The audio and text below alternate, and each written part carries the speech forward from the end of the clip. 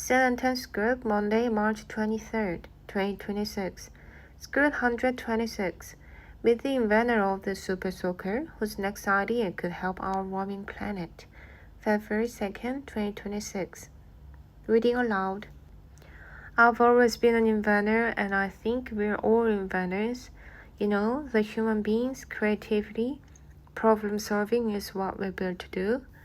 And creating is exactly what Lonnie Johnson has spent his life doing while shattering stereotypes and breaking barriers along the way. People ask me all the time, what's my favorite invention? It's like asking, what's my favorite child, Yeah. From aerospace engineer to inventor, he is a living icon and living proof of what a little ingenuity and a lot of perseverance can do.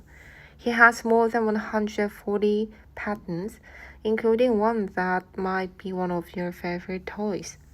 Got just one do. Introducing the Super Soaker 50. Dr. Johnson was born in 1949. He grew up in segregated Alabama during a time of rampant racial injustice. Take us back through your childhood, some of the challenges that you faced growing up. Well, I grew up, segregation was a very real thing. So there were certain things that, as a black person in America, I was not allowed to do, places I couldn't go, the colored versus white bathrooms, water fountains, the whole 9 yards. And racism was just out front, If you were black, you couldn't. There are certain things you just didn't do.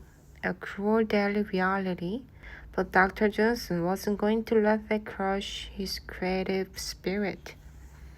By the time I got to high school, I got interested in science and engineering.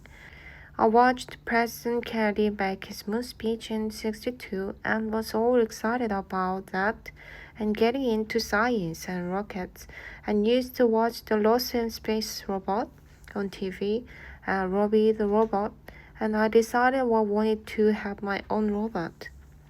He spent over a year building Linux, so you're like 16, 17 years old at the time. And this was back in the 60s, so nobody had robots back then. He took Linux to a science fair his senior year. Went off to University of Alabama in '68. This was just a few years after Governor Wallace had stood in the door and said no black students would ever attend this university, and I was the only black student there with the project, and my robot won first place.